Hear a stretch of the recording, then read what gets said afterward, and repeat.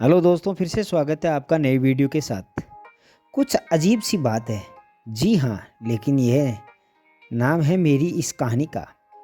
आज भी हमारे देश में अधिकतर परिवार ऐसे हैं जिनमें सास और ससुर यही अपेक्षा रखते हैं कि उनकी बहू दिखाई दे तो दे, लेकिन सुनाई ना दे। बहू सुबह से शाम तक जी हजूरी करे, हर बात में उनकी हाँ में हाँ मिलाए, हमेशा उनकी आंखों के सामने रहे, लेकिन कभी मुंह ना खोले।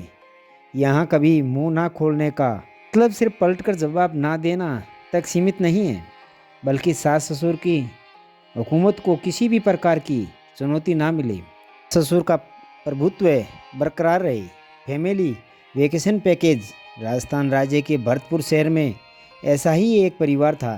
परिवार में श्री लाला राम जी, उनकी पत्नी दाखा देवी, घर का हमारा बेटा सुरेश और उनकी बेटी पायल रहते थे। सुरेश ने केमिकल इंजीनियरिंग कर रखी थी। वो पढ़ाई पूरी करने के बाद बेंगलोर में नौकरी ज्वाइन कर ली। पायल अभी कॉलेज में ही थी और उसके स्नातक होने में 1 साल बाकी था। बेटी की नौकरी लगते ही लाला राम जी और उनकी पत्नी बहू का सपना देखने लगे थे। उन्होंने सुरेश से भी उसकी चर्चा की थी। उसको इससे कोई आपत्ति नहीं थी। लाला राम जी और उसकी पत्नी दाखा देवी ने अपने सभी संबंधी, रिश्तेदार, जान पहचान वालों को, दोस्तों को इसकी जानकारी दे दी थी कि वो लोग सुरेश के लिए लड़की ढूंढ रहे हैं। जहाँ जहाँ से सुरेश के बारे में जानकारी मांगी जाती, लाला राम जी सुरेश का एक विवरण और उसके कुछ फोटो भेज देते। इस सब से 2 से 3 महीने का समय लग गया। अब लाला राम जी के पास 5-6 प्रस्ताव इकट्ठे हो गए। 2 हफ्ते के बाद सुरेश भी दीपावली की छुट्टियों में घर आ गया। लाला राम जी और उनकी पत्नी दोनों ही सोच कर खुश थे। अगर सब कुछ ठीक ठाक चला तो सर्दियों में सुरेश की शादी कर देंगे।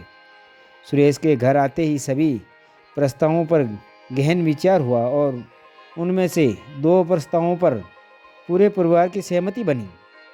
अगले 2 दिनों में दोनों परिवारों से मिलकर दोनों लड़कियों को भी देख लिया। सुरेश को दोनों प्रस्ताव ठीक लगे और अंतिम निर्णय अपने माता पिता पर छोड़ दिए। वापस बेंगलोर चला गया। अगले कुछ दिन दोनों प्रस्ताव पर लाला राम जी और उनकी पत्नी के बीच काफ़ी विचार विमर्श हुआ। निधि और सलोनी के परिवार में ज़्यादा फर्क नहीं था। दोनों परिवार व्यवसायी और शिक्षित, अपनी जात पात वाले और भले से लोग थे, लेकिन ऊपरी तौर पर दोनों में एक फर्क साफ दिखाई देता था। निधि का परिवार खुले विचार वाला था और परिवार का हर सदस्य खुलकर अपनी बात कहता था। उनकी लड़की निधि भी खूब बोलती थी। निधि ने तो सुरेश से भी अकेले में घंटे भर तक बातें की थी। सलोनी के परिवार में उसके माता पिता को छोड़कर कोई और नहीं बोल रहा था। खाने पीने की बात छोड़कर माँ भी कुछ नहीं बोलती थी। सलोनी से भी जितना पूछा गया बस उसी का जवाब दिया था। सलोनी का भाई तो बस सुरेश के हाथ मिलाकर ही चला गया था। इसके अलावा ज़्यादातर बातचीत उसके पिताजी ने ही की थी। ऐसा लगता था इतनी पढ़ी लिखी होने के बावजूद भी सलोनी को चुप रहना ज़्यादा पसंद था। आखिरकार पहला निर्णय लाला राम जी ने दिया। उनको निधि के बजाय सलोनी ज़्यादा ठीक लगी। दाखा देवी ने भी उनकी हाँ में हाँ मिलाई। बहुत पहले से ही दोनों इस बात पर एक मत थे कि बहू ऐसी हो जो दिखाई तो दे लेकिन सुनाई ना दे। ही घर में बोलने वाली लड़की नहीं चाहिए थी। सुरेश की सहमति लेकर लाला राम जी ने के साथ उसका रिश्ता पक्का कर दिया। दिसंबर के पहले सप्ताह में सुरेश और सलोनी का विवाह धूमधाम से संपन्न हो गया। सलोनी का अभी बेंगलोर जाना संभव नहीं था। सुरेश को परिवार के रहन सहन के हिसाब से दूसरा घर लेकर कुछ ज़रूरी सामान भी जुटाना था। पिता और पुत्र के बीच इस बात पर सहमति बनी हुई। अभी सलोनी 1-2 महीने यहीं सास और ससुर के साथ रहेगी। सुरेश ने जाने के बाद सलोनी का अपना हम उम्र ननद पायल के साथ ज़्यादा वक्त गुजरता था। इससे दोनों काफ़ी घुल मिल गई थी। सलोनी की तरह ही पायल भी एक समझदार और सुलझी हुई लड़की थी।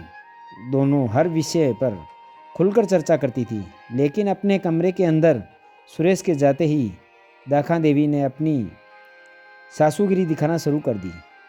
वो सलोनी के रहन सहन, पहनावा और खाना पीना, घूमना फिरना, मिलना जुलना, यानी हर चीज़ में अपनी दखलंदाजी करती थी।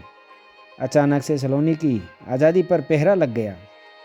वो अपनी नई जिंदगी से समझ से नहीं बैठा पा रही थी। सलोनी ने इस बात का जिक्र सुरेश से किया, लेकिन उसने 1 महीने की बात कहकर टाल दिया। धीरे धीरे सास ससुर ने घर के कामकाज का सारा जिम्मा सलोनी पर छोड़ दिया।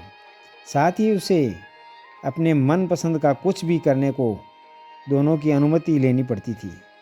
1 महीने में सलोनी की ज़िंदगी बिल्कुल बदल गई थी, या यूं कहें कि सास ससुर के साथ पुरबर हो गया था। अपनी आज़ादी पर लगे पहरे का सलोनी ने 1-2 बार विरोध किया और सासू माँ को समझाना चाहा, लेकिन नहीं, सासू माँ के कान पर जूं तक नहीं रेंकी। उल्टे सासू माँ ने सलोनी को डांटकर चुप करा दिया।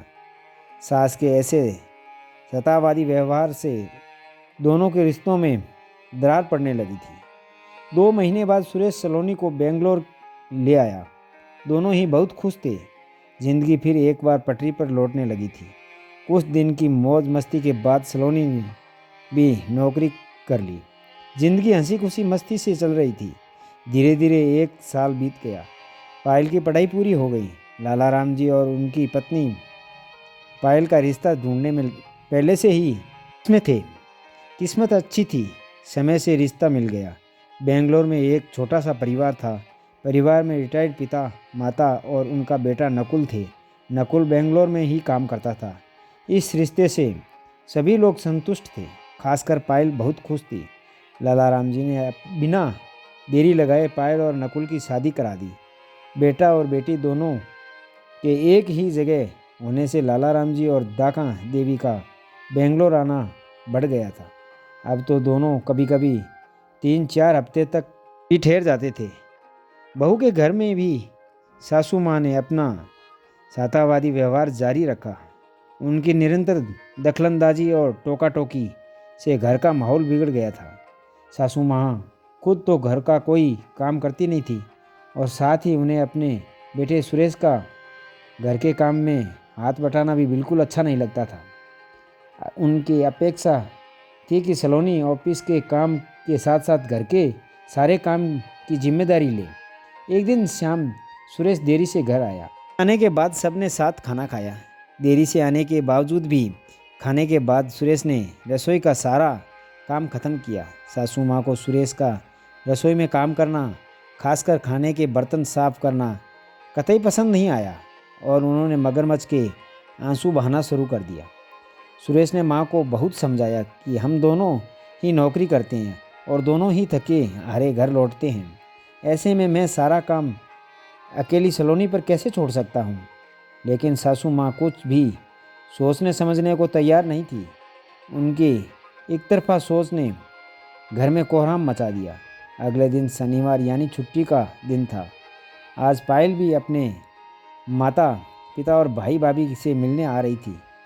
सुबह जैसे ही सलोनी सासू जी के मिलने, सबसे पहले उसने रात के लिए माफ़ी मांगी। साथ ही उसने भी सासू जी से बात करने की कोशिश की, लेकिन सासू जी कुछ भी सुनने को तैयार नहीं थी। उन्होंने उल्टे बहू को डांट दिया और बोली, अब तुम हमको समझाओगी कि क्या सही है और क्या गलत है। हमारे घरों में बहू अपना मुंह बंद रखती है। मुझे अकेला छोड़ दो और जाओ सब के लिए नाश्ता तैयार करो। थोड़ी देर बाद पायल आ पहुंची। मिलने जुलने के बाद सबने नाश्ता किया। उसके बाद सलोनी अपना काम सिमटने रसोई में चली गई। पायल अपने माता पिता और सुरेश से बातें करने बैठ गई। थोड़ी बहुत इधर उधर की बातें की।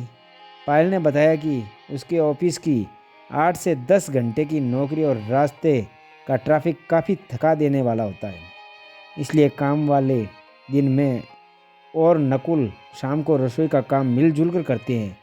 उसके अलावा शनिवार रविवार या और किसी छुट्टी के दिन रसोई का काम हम अकेले ही संभाल लेती हूँ मैं। मम्मी जी और पापा जी ठीक है, लेकिन शारीरिक काम ज़्यादा नहीं कर सकते।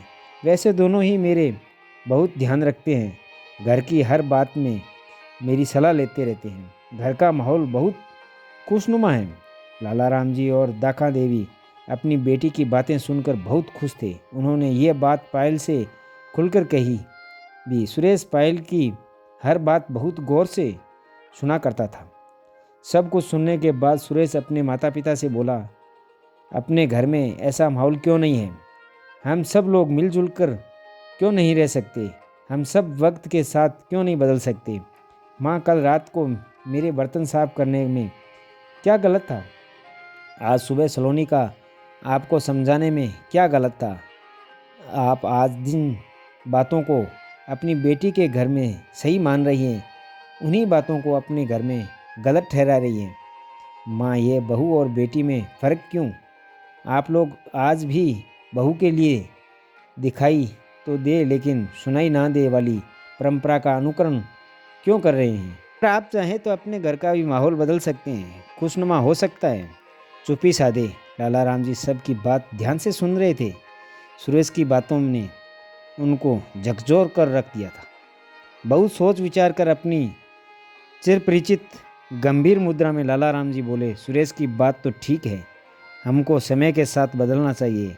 हमको आज से, बल्कि यूँ कहूँ अभी से बदलने का प्रयास करना चाहिए। हम सबको मिलजुल कर रहना चाहिए।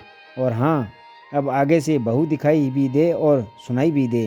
तो दोस्तों, ये कहानी आपको कैसी लगी हमें कमेंट बॉक्स में ज़रूर बताना। और नई कहानी तक अपना ख्याल रखना, मुस्कुराते रहना। धन्यवाद।